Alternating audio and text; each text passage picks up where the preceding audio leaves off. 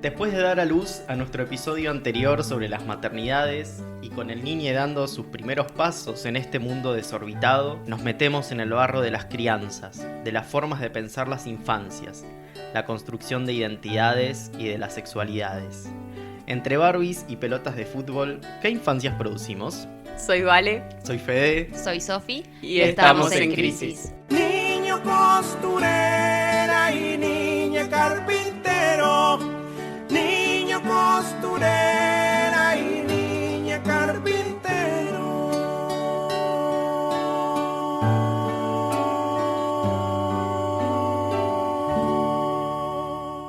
Crisis.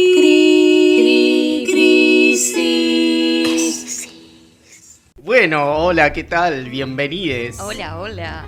A nuestro tercer episodio. Tercero, y hoy decidimos ir mucho para atrás para algunos o pensar en los niños nuevos también, ¿no es cierto? Hoy nos ponemos en modo infantil. Ponemos en modo niñes, vamos a jugar, vamos a divertirnos, vamos a ir hacia distintos conceptos de las infancias y también el lado B de las infancias, ¿no? No solo la parte copada, sino que, bueno, hay ciertas infancias que no transitan por lugares tan copados, digamos, ¿no? Sí, me parece que ya decir las infancias es sentarnos una posición. Sí, tal cual. Pensábamos un poco cuando preparábamos el episodio en esto de que quizás a una, en este pensamiento más clase medista y privilegiado, como que el solo concepto de las infancias debería tener una connotación positiva, un momento súper alegre y súper feliz en la vida. Y pensábamos en todas las infancias que no lo fueron y que no lo son hoy en día, digo. Esta idea de... Un concepto romantizado de las infancias. Sí, creo muy que Cris hay... Morena. Sí, ahí me parece un poco de eso, de la romantización de las infancias, de que no todas las niñas viven con derechos, básicamente. Pensábamos un poco en esas niñas también. Sí, pensábamos en esto de que hay un doble discurso permanente respecto de las infancias, ¿no? Porque se escucha todo el tiempo de con nuestros hijos no, cuidemos a nuestros niñes, pero después es una población súper vulnerada, súper violentada, de miles maneras, económicas, cuerpo, subjetividades, súper vulnerada, ¿no? Entonces ese doble discurso que se mantiene.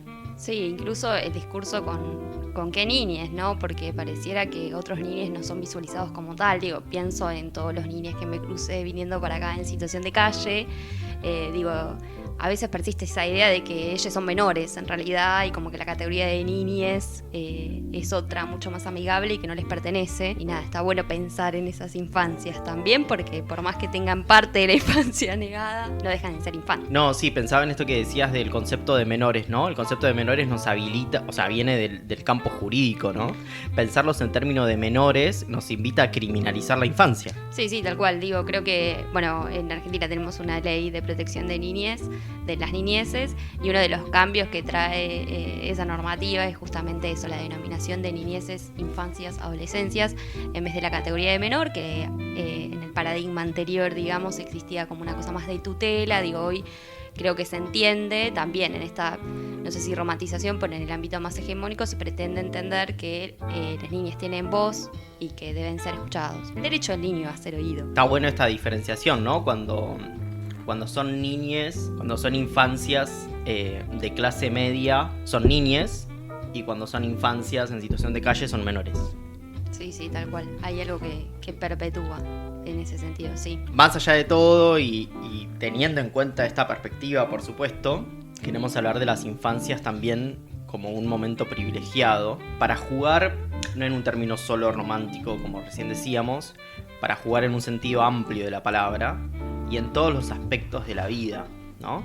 La infancia es ese momento paradigmático. El derecho a jugar, ¿no? Hilándolo con la anterior, me parece que jugar es un derecho y que no todos los nenes lo pueden ejercer a ese derecho, ¿no? Que no se ve como igual para todos los nenes el derecho a jugar. Como decía Sofi, que veía por la calle, qué sé yo, chicos en situación de calle. Bueno, trabajo infantil, ¿no? Que dónde está como el espacio ahí para jugar en esos nenes. Pensamos las infancias como un momento súper crucial, paradigmático, en el que muchas de las experiencias que pasan en ese momento forman ciertos modelos, ¿no? Como que quedan como ciertas huellas, ciertas marcas. No queremos de todas maneras caer en una causalidad. O sea, no es que todo lo que se vive en la infancia, que pase Determina. A va a determinar que pase B, porque eso no es así. No, Eh, por suerte. Por suerte. Pero sí que son momentos en donde hay mucha más Constitutivos de permeabilidad también, ¿no? Hay mucha más porosidad respecto de las experiencias que viven las infancias y cómo dejan marcas y huellas subjetivas ahí. Claro, que sean constitutivos no significa que sean definitivos, digamos. Si bien van constituyendo la subjetividad de cada sujeto, me parece que no son determinantes, ¿no? Que por eso también existe la terapia y existen otros caminos para que... Sí, creo que por ahí en esta figura de las niñas a veces como esponjas de que absorben absolutamente muchos de los discursos que circulan, sobre todo en el mundo adulto. Y digo, a veces no sé qué tan conscientes somos de eso, de que quizás cualquier comentario, cualquier cuestión que un adulto y sobre todo un referente puede decirle a un niño, como que eso marca, eso va a dejar una marca, va a crear un modelo de pensar y justamente eso va a constituir subjetividad. No sé qué tan conscientes somos de eso todo el tiempo, pero está bueno pensarlo. Sí, a su vez pasa que por un lado es esto, ¿no? Hay mucha porosidad, esto de que los niños son como esponjas. Digamos, no hay que llevarlo al extremo de pensar que los niños son pura tabula rasa No. y que son una hoja en blanco donde son No. llenados por todas las experiencias de afuera, ¿no? Total. Porque también en las niñes son sujetos activos, ¿no? Con un psiquismo activo también. Y en ese sentido, la otra cara de la moneda es que las niñes tienen mucha capacidad de resiliencia. Quizás hay mucha más flexibilidad en la infancia para retraducir, para transformar. Por supuesto que tiene que haber ciertas condiciones para que eso ocurra. Digamos, no pasa siempre. Hay mucha más flexibilidad para reabsorber esto que el entorno ofrece, digamos, ¿no? Por Sí, suerte. sí, y que por ahí el trabajo adulto es no llevar esa flexibilidad que ya los niños tienen de por sí a cierta fijeza, ¿no? Porque me parece que ahí donde aparecen las cuestiones fijas es donde aparece quizás el sufrimiento, ¿no? Cuando uno pone al niño siempre en el mismo lugar, no sé, lo obliga a jugar siempre a lo mismo. Cuando preparábamos este episodio pensábamos en esto, ¿no?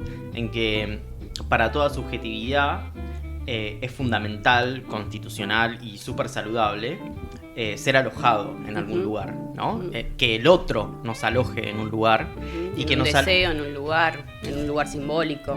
en un nombre también, o sea, que nos dé nombre, que nos nombre, es fundamental para la salud subjetiva, ser alojado y ser nombrado por el otro. Ahora bien, dicho esto, eso no quiere decir, como dijo Vale recién, que esos lugares sean fijos e inflexibles Tal y cual. que cierren. Y tampoco ahí, digamos, el analista o cerrar, ¿no? Como pensábamos esto con Fede cuando hablábamos de la constitución de las identidades, ¿no? Y me parece que ahí es donde cerrar y fijar a un solo lugar es algo ya antiguo, digamos. Lo hablábamos, por ejemplo, con, bueno, no sé, si te definís así en la adolescencia, tenés que seguir definiéndote así en la edad adulta, en la vejez, y eso con todo, ¿no? Con la orientación sexual, con la identidad, con el trabajo, digamos. Ahí donde aparece la fijeza y la no posibilidad de movimiento es donde aparece muchas veces el sufrimiento. Sí, ahí creo que importa mucho también, por ejemplo, pienso en infancias trans justamente, de lo difícil que es alojar o que esas niñas se sientan alojados en mundos que son cis heteronormativos, digo, qué posibilidades de soñar y de jugar, de relacionarse tienen esos niños en este mundo hoy en día, digo, como que todo se constituye como vías de escape, en eso es como una tarea de todo el mundo, me parece, más Sí. allá de que la familia acompañe y demás. Después te topás con la barrera de la sociedad heteronormativa en la que vivimos, en donde es muy difícil alojar quizás esos deseos.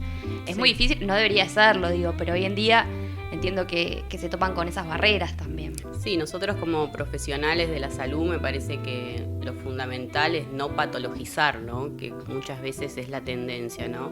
Decíamos con Fede alguna vez que nosotros estudiamos en la facultad un poco, bueno, pero ¿cuál fue la causa de que su orientación sexual haya sido hacia el mismo sexo, ¿no? Como buscando ahí, y eso es patologizar, ¿no? Porque ¿por qué nadie busca la causa de que alguien sea heterosexual? Totalmente. Sí, total.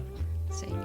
Entonces me parece que como profesionales eso ya es un montón, ¿no? No patologizar. De hecho, pienso como quizás no siempre relacionado con la identidad sexual, pero hay una patologización de las niñeces hoy en día, creo que lo estamos asistiendo a ese momento, que quizás no sé si se daba tanto en épocas previas, digamos, pienso en mi niñez y no recuerdo que haya habido tantas situaciones de esto, de niños que porque son un poquito inquietos tienen que ir al psicólogo y son medicados y como esta cuestión en donde nunca se sabe bien si hay una problemática de salud mental o hay como niños distintos o que de alguna manera resisten a determinados sistemas de educación, sobre todo. Sí, o sufriendo por otras cosas, ¿no? Porque a un nene le pueden pasar un montón de cosas que no sea que no implique un diagnóstico, ¿no? Puede sufrir porque se está mudando, porque se separaron sus papás, porque, no sé, porque se peleó con un amigo, y eso no necesariamente amerita un diagnóstico.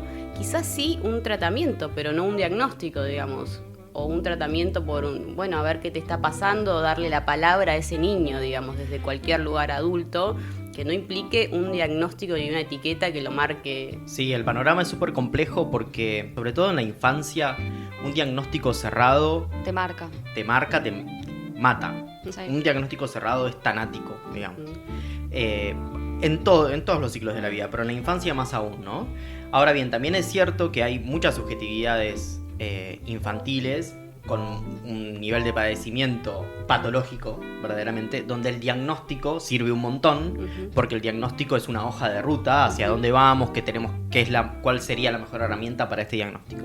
Pero acá estamos hablando de esta idea de masificar el diagnóstico, el discurso también, de masificar el discurso y el diagnóstico hacia todas las subjetividades que muestran algo distinto, que muestran algo que inquieta, y sobre todo porque la pregunta, por lo general, no siempre, pero por lo general, surge de esto que decía Sofi recién, de instituciones como la escuela, súper homogeneizadora y normalizadora. Instituciones Entonces, totales casi. claro, instituciones de encierro, digamos, o sea, y casi que funciona como una profecía autocumplida, digamos. Si vos a ese niño desde ese lugar, desde esa institución, lo ves así y muy probablemente llegues a esa definición.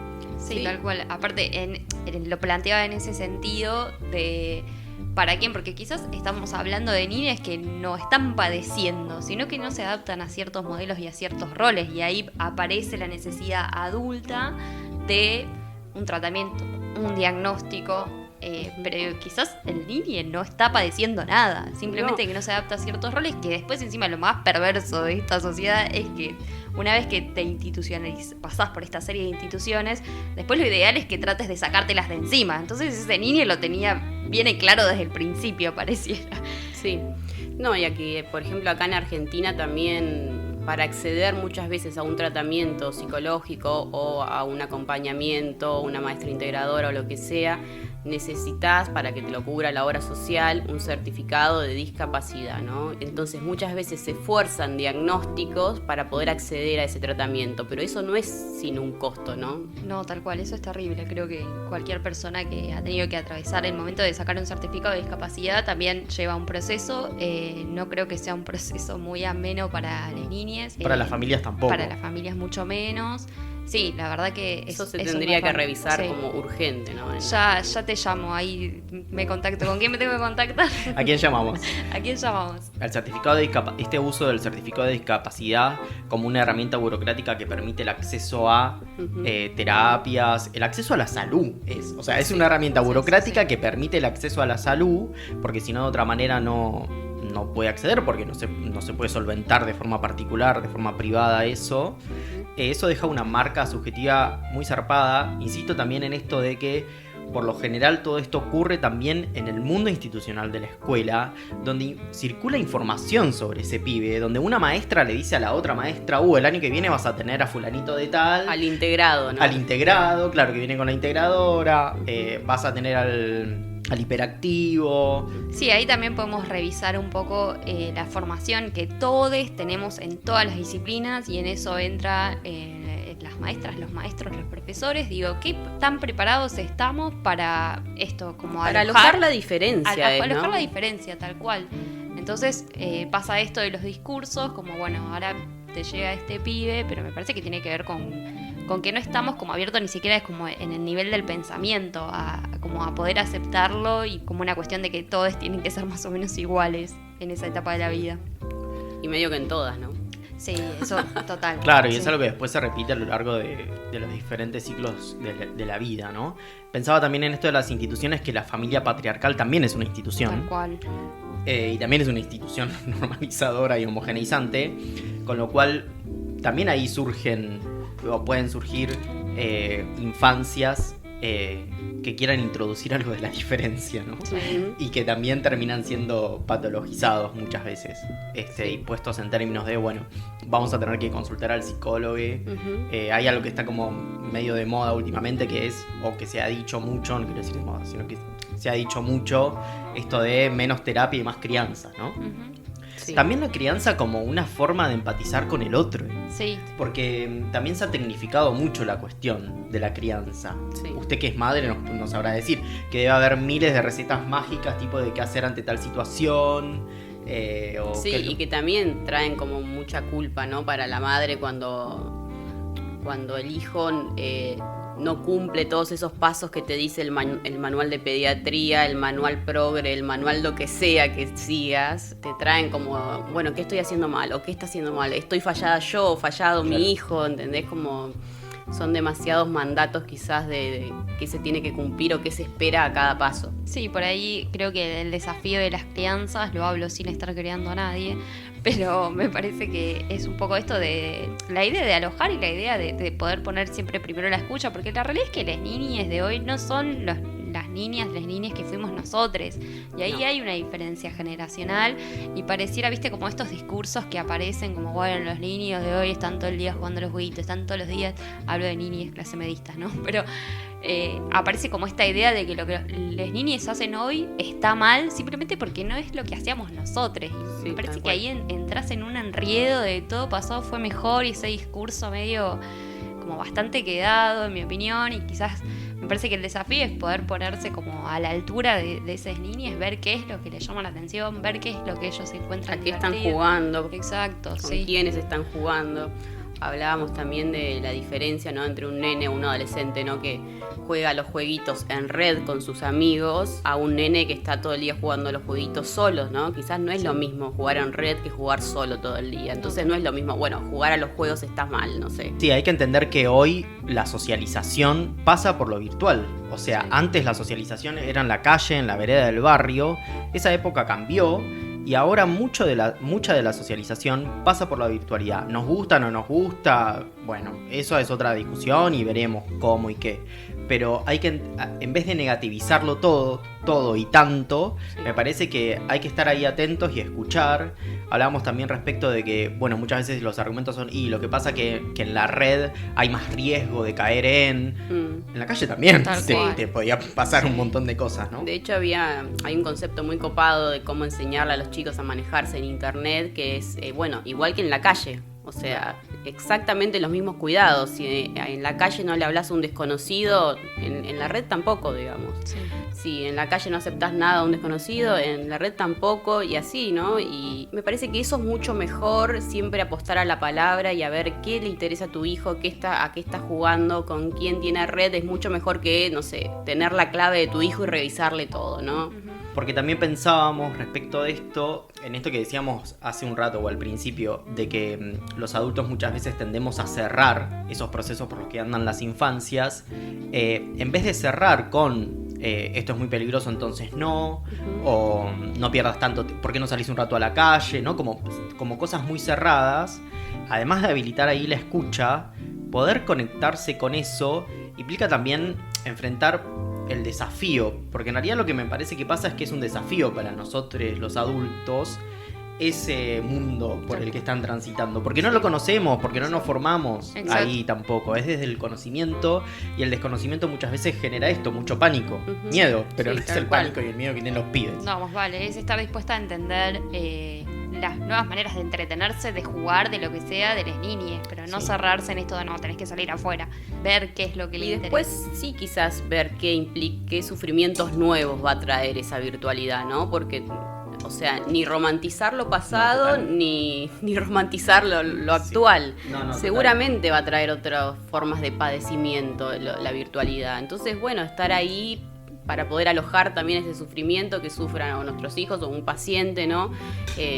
Me preguntaba también esto de los filtros muchas veces yo, ¿no? Como los y les adolescentes están todo el tiempo quizás con filtros y me pregunto, ¿no? Es una pregunta teórica que me armo. ¿Qué consecuencias trae eso después cuando vos te ves al espejo o tenés que encontrarte cara a cara con otro cuando no tenés todos esos filtros puestos, ¿no? Bueno. Sí, son nuevas modalidades que, como decís vos, vale, hay que esperar a ver qué efectos causan, ¿no? Uh-huh. Porque quizás antes eso no estaba el filtro, pero no sé, estoy pensando en voz alta, ¿no? Quizás había algo, bueno, antes la foto, digamos, ¿no? O cómo me preparo, qué imagen le doy al otro, qué imagen le quiero dar, cómo me preparaba para ir a ver al otro y qué imagen le quería dar al otro. Bueno, son distintas maneras, digamos, ¿no? Y formas nuevas de cuidarse también, ¿no? Que vamos a tener que ir aprendiendo todos para poder enseñarle a nuestros hijos. Por ejemplo, hablábamos, ¿no? de las fotos, que muchas veces han circulado fotos quizás, no sé, en bolas. Entonces decirle, bueno... Mías hay un montón. Mías pueden buscar videos, no sé, fotos. Y ahora ya hay algo, ¿no? Más cuidado de, bueno, si mandás una foto de tus partes íntimas, que no se te vea la cara. Ay, me hubieras avisado antes, vale. Porque quizás, o sea, mañana te peleas con ese chico, con esa chica, las viraliza y te querés matar. Entonces, bueno, una forma de cuidarse quizás es no mande fotos. Bueno, mandá, pero que no se te vea tanto la cara ni en algo que implique que se sepa que sos vos. Y así va a haber un montón de cuidados que van a ir surgiendo a medida que esto vaya avanzando, digamos, ¿no? Tal cual, creo que tanto en temas redes, pienso en el consumo también adolescente, como que la clave es esto, dar medidas de seguridad ante esa práctica que sabemos que va a van a pasar. realizar. Entonces, el negarla me parece bastante al dope, pero brindar las medidas de seguridad, pienso en esto de por ahí las pibas que mandan fotos, los pibes que mandan fotos. Después hay ciertos códigos que también ellos van laburando entre sí. Si sos varoncito, no difundas esa foto que la chica te mandó. Eso pasa ya a un nivel de acoso y violencia. Pero también está bueno porque yo no sé qué tantos padres hoy de 30, 40 años le hablan de eso a sus pibes, porque claramente quizás no les pasó a ellos. Obvio. Pero bueno, hoy a tu pibe seguramente una piba le está mandando fotos en chino. Seguramente.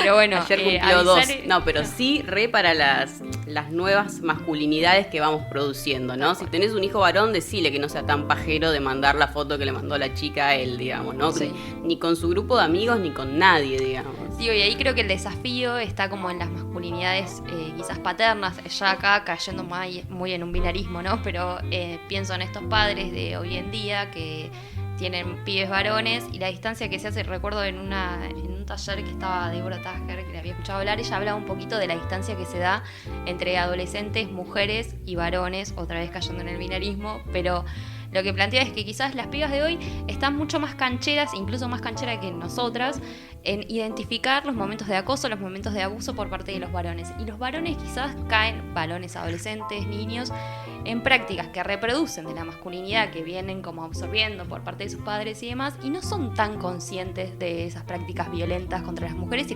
las pitas las cazan enseguida. Y ahí se hace una distancia que es como, bueno, ahí quizás también la familia, la escuela, todas las instituciones por las que atraviesan las niñeces y las adolescencias, hay que poner el ojo ahí. No es solo preparar a la piba para que esté despierta ante esas situaciones. También es que los pibes sepan cuándo están violentando a alguien y que no lo hagan, por favor. Sí. Pensaba totalmente en esto que decís, de lo que es la diferencia de generaciones con Sofi, por ejemplo, ¿no? En esto. Sí. Porque, ¿de dónde venimos?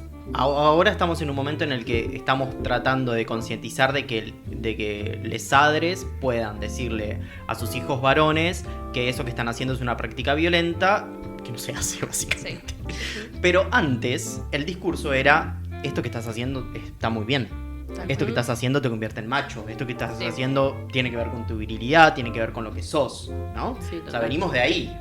para poder llegar a este momento, ¿no? Sí, venimos de la idea de masculinidades hegemónicas, pero lo que digo es que quizás en entornos familiares, educativos, distintas instituciones, no sé hasta qué punto se cuestiona la masculinidad hegemónica. Todos cuestionamos, abusa, cosas, pero la masculinidad hegemónica es como que es algo ahí que hay que seguir revisando. Y creo que en los micromachismos, sobre todo, porque una nunca... No, mi hijo jamás va a ser un violento. Bueno, pero fíjate igual en todos los micromachismos que quizás sí tiene, ¿no? Porque eso después quizás desemboque en un hijo violento, en un primo violento, en un amigo violento, ¿no? Sí, estar atentos en esas regulaciones que se dan en los... Porque todavía sigue pasando en los grupitos de varones, ¿no? ¿Qué pasa ahí, en ese micromundillo, donde siempre en realidad nos medimos, los varones nos medimos desde ese lugar de cuán más viril sos y de qué manera demostrás tu virilidad, ¿no? Y durante mucho tiempo fue esto, la violencia contra las mujeres y contra todo lo... Sabemos que eso es súper opresivo para los varones también. Total, lo hemos padecido un montón, sufrimos un montón, digamos, esa forma de crianza, digamos, ¿no? Mi generación, digamos, empezamos como quizás a poder problematizarlo y lo sufrimos mucho, pero la que estuvo atrás, los hombres de atrás también, ha sido mucho más severo en ese sentido y deben haber padecido a niveles también muy intensos, digamos, ¿no? Y esto lo conectamos un poco con que pensábamos para preparar el episodio en esto de la pregunta de qué infancias producimos. Cada época, cada contexto sociohistórico produce determinadas infancias, determinadas características de la infancia. Esto que hablábamos recién de las formas de criar las masculinidades, por ejemplo, lo tocamos también cuando hablamos respecto de la virtualidad y las nuevas formas de socialización. Pensaba en esto de las distintas, como que cada época produce infancias, también hacerse cargo de la infancia que nos competió a nosotros, somos hijos de determinada época y es revisar un poco eso. Creo que por lo menos desde mis generaciones está todo el tiempo esa revisión casi perversa de todo lo que todo lo que consumíamos, contenidos culturales y demás. Como que pienso, no sé, mi generación es la generación de Cris Morena y de Chiquititas y de... Fan total, Verano 98, Chiquititas. Verano 98 yo era muy pequeña, nunca lo vi, pero Chiquititas era algo como... Que Cris Morena se fue volviendo, ¿no? Que me parece cada vez un poco más perversona, ¿no? Sí, pero... Denunciando a Cris Morena. Pero eran cosas que te marcaban, digo, somos hijos de esas generaciones y de determinadas ideas también que circulaban, o no sé, hay mucho para analizar en eso. Pensábamos también un poco en la ESI, tanto en las escuelas como la educación sexual que recibimos desde nuestra familia. Digo, también eso es otro desafío. Cuando la educación sexual parece que queda solo en manos de la escuela, es como, bueno, ahí tenemos un problemón. Digo, yo creo que soy de una generación en la que, por lo menos mi madre, se ha sentado a hablarme de educación sexual. No siempre tuvo que recaer la responsabilidad en la escuela, y eso también es un desafío enorme. No dejar la responsabilidad, digo... Quizás no me refiero como a la educación sexual específicamente, no a lo más amplio. Y la verdad es que no sé si mi madre o mi abuela tuvieron esas conversaciones con su familia. No, seguramente que no. Bien pedo. Yo no la tuve. Yo no tuve. A ver, decíamos esto cuando preparábamos el episodio. Educación sexual en las escuelas hubo siempre, desde que existe la escuela en sí misma. No hubo una educación sexual con perspectiva de género, era una educación sexual heteronormativa, patriarcal, obvio. Pero educación sexual en las escuelas hubo siempre. Así que a estos padres de con mis hijos no, hay que ir avisándoles que siempre tuvieron educación sexual. Que no se alerten tanto porque siempre hubo educación sexual cuando dividían, por ejemplo, los roles de acuerdo a si eras nene o nena. Yo no tuve educación sexual. No. Con ninguna perspectiva, ni con la heteronormativa, ni con la disidente, ni con ninguna, digamos. Era como... No, es esto que decía Sofi, ¿no? Que por ahí llamaban a la ginecóloga más vieja de todo el pueblo y venía a enseñarte cómo se pone un forro o cómo son las... Eso es un montón, ¿vale? No sé, o sea, lo tuve, pero tuve ese privilegio, pero no recuerdo si fue una ginecóloga. Sí me parece que hay que revisar la perspectiva biologicista de lo que se entiende por educación sexual, por lo menos lo que se entendía en ese momento, que era, bueno, bueno, hablemos de educación sexual integral y te llamaba una ginecóloga. Te mostraba las toallitas, viste, que venía con el chivo, tipo de, bueno. Y aparte todo muy cargado de tabú, digo, había Siempre cosas libre. como que era todo tabú incluso, como que la ginecóloga estaba ahí, pero por ejemplo, si querías hacer una pregunta de lo que sea que se te ocurra, como que las preguntas eran anónimas y las ponías en un papelito. Claro, todo un tabú. Y capaz querías preguntar sobre, pero la menstruación no se hablaba, entonces No. sí o sí lo preguntabas medio un papelito, lo dejabas en una caja y ella lo abría. Mucho menos masturbación, ¿no? No, olvídate, pero todo eso es cargar todo lo que es la sexualidad de un tabú inmenso. O sea, a mí con esa práctica ya me hicieron creer de que no podía hablar de nada. O sea, básicamente todas mis dudas, consultas las iba a tener que anotar en un papelito para siempre. Claro, terminaba cargado de una carga, redundantemente, de una carga muy intensa, que aparte recién pensaba, ¿no? Qué disociación respecto del cuerpo, algo que siempre hablamos con Vale, que cuando preparamos los episodios casi nunca incorporamos el cuerpo, porque antes que nada somos psicoanalistas muy disociados de nuestro cuerpo.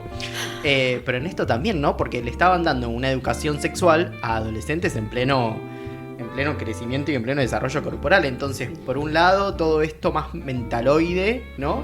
Y por otra parte pasaba por el cuerpo, literalmente pasaba por el cuerpo. Totalmente. Y ni hablar de que hay cosas que son mucho más tabú, porque una cosa es la masturbación masculina, otra cosa es la femenina, ¿no? Tal cual. Total. Eh, ¿Que las mujeres se masturban? Bueno, Qué asco. no, tal cual, qué asco. No, pero creo que eso también es algo que de distintas generaciones se va revisando la idea, que me parece que los varones lo tienen como una práctica, incluso una práctica grupal muchas veces en su adolescencia. Sí, es una práctica de rito, ¿no? De iniciación. Claro. Y a las mujeres nos costó mucho tiempo poder hablar, o sea, a mí me llevó mucho tiempo poder hablar con mis amigas de la masturbación. Re. Incluso como mucho tiempo en conocer y reconocer nuestro cuerpo, digo, hay toda como una educación respecto a los cuerpos femenino y masculino, otra vez cayendo en el binarismo, que también esconden muchas cuestiones. Digo, yo participé de un taller que recomiendo mucho, que es todo sobre tu vulva, que lo da Tati Espanol, y un poco lo que ella recorría era cómo todos los nombres de nuestro cuerpo, los genitales y demás, llevan nombres de científicos que fueron reconocidos a partir del maltrato con las mujeres. Por ejemplo, Falopio fue un científico que maltrató y mató a mujeres para llegar a sus resultados. Ah, yo pensé que era alguien que había consumido falopa. No, pero hoy en día mis trompas de falopio se llaman a partir de ese asesino. Igual a mí me encanta el nombre de trompas de falopio. Es un montón, no Yo se le llama pondría así. una banda, trompas. No se llama así, ya en el ámbito más progre se denomina de otra Las manera. trompas que de no recuerdo. falopio. No se denomina así, lo vamos a buscar para la próxima porque ya no se denominan de esa manera. Googleenlo, No nosotros sabemos. no vamos a dar ningún dato. Bueno, me interesa ese taller. Y entonces, ¿qué más decían? No, después cuestiones, por ejemplo, la idea de las vulvas en general, como que pareciera que hay como una vulva, una vagina hegemónica y son todas muy distintas, sí. y como esta denominación. Bueno, está poco- también la industria del porno, ¿no? Que el pene tiene que Exactamente. medir no sé cuántos centímetros y la vulva siempre es perfecta con los labios mayores igual a los menores o más chicos. Bueno, ahí es eso, es como que son labios externos o labios internos. No son mayores o menores porque cada vulva es distinta. Pueden ser más mayores o pueden ser menores esos labios. Claro. Pero poder como empezar a pensar eso, que también, ahora que trajiste lo del porno, a veces como que lo que se habla es esto, la falta de educación sexual. Sobre todo en las familias, en las escuelas también, lleva a que muchos pibis recurran al porno machista. Estamos hablando de un porno machista que muchas veces violenta a las mujeres. Entonces, Ujú. esto Y que estamos está centrado en la eyaculación masculina, Por ¿no? supuesto. Como que la película se termina cuando el chabón acaba. Sí, tal cual. Y no, pero por ahí es esto, como el desafío es que no dejemos que nuestros pigs se eduquen solo por el porno. Retomando esto de qué infancias producimos, durante mucho tiempo frente a roles súper hegemónicos y normativizados, patriarcales, de lo que es la madre, lo que es el padre y cómo crían a hijas mujeres y a hijos varones, siempre cayendo en los binarismos. Ahora estamos en una época en la que quizás estamos pudiendo empezar a problematizar esas crianzas y a formar otro tipo de infancias que espero que podamos replantearlo, de darle más lugar al juego en el sentido amplio y sobre todo en esto en la construcción de la identidad sexual, de la orientación sexual y de los roles, que puedan jugar, que estas infancias puedan jugar. La identidad, la orientación sexual no son definidos de una vez y para siempre, durante toda la vida podemos estar problematizando, redefiniendo nuestra orientación sexual y nuestra identidad sexual, con lo cual en la infancia, más que nada me parece, hay que darle lugar a jugar a eso. Y no cerrar los procesos. Hablábamos respecto de nosotros que venimos del ámbito clínico y que nos hemos dedicado mayormente a la clínica de niños hasta el momento. Esto del lugar de la abstinencia del analista, se trata de que en el espacio-tiempo del análisis o de la terapia, las niñas puedan desplegar sus procesos sin estar ahí interviniendo, porque lo que más necesitan es un tiempo de despliegue, ¿no? Sí, y de darles la palabra, ¿no? Y no poner ahí palabras todo el tiempo nosotros los adultos, hablando de esto del adultocentrismo, ¿no? Todo el tiempo desde el adulto tratando de definir qué le pasa a ese chico, ¿no? Y cómo va a seguir ese proceso, porque es la exigencia que también tenemos de afuera, ¿no? De las instituciones, de los padres, decime qué le pasa, decime cómo hago para ayudarlo, qué sé yo. Entonces ahí poder sostener esa atención y darle la palabra al niño. Sí, se trata de sostener esa tensión, básicamente, de sostener el conflicto. Por supuesto que no es fácil y por supuesto que uno lo dice desde este lugar, pero ponerle el cuerpo también implica otras cuestiones y puede ser hasta muy doloroso. En esto que también decía Sofi recién, de que bueno, de que por ejemplo las infancias trans están expuestas a un mundo en el que los violenta todo el tiempo, ¿no? Pero me parece que lo más importante es esto, como la posibilidad de sostener ese proceso, de darle lugar a que el proceso se desarrolle y sostenerlo, no cerrarlo con etiquetas ni con definiciones. No. Así que señora, juegue con su nene, con su nena, con su niñe.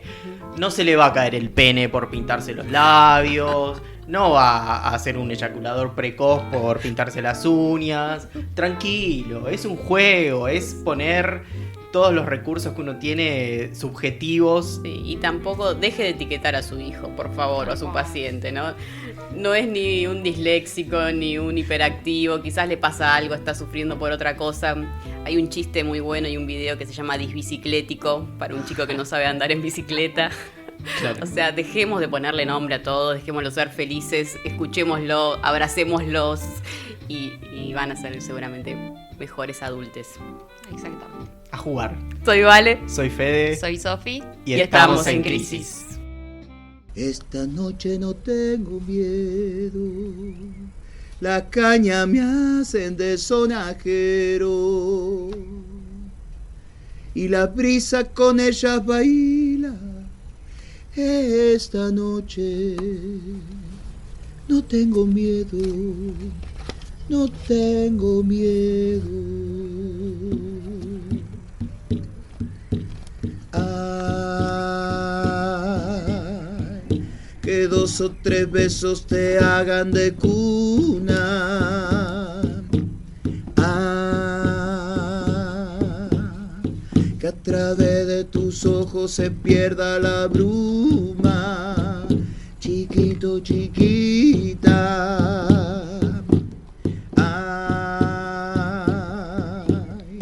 Que se escribe ese cuento bien grande, bien tibio. Ay, que nos arme un paisaje de un mundo más digno. Chiquito, chiquita. Ay, chiquito, chiquita.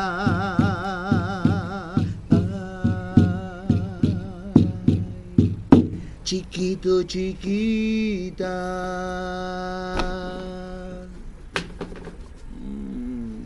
Otro beso tuyo. Susi, qué lindo que cantás. Ustedes son lindos y lindas. Corte. Muy bien.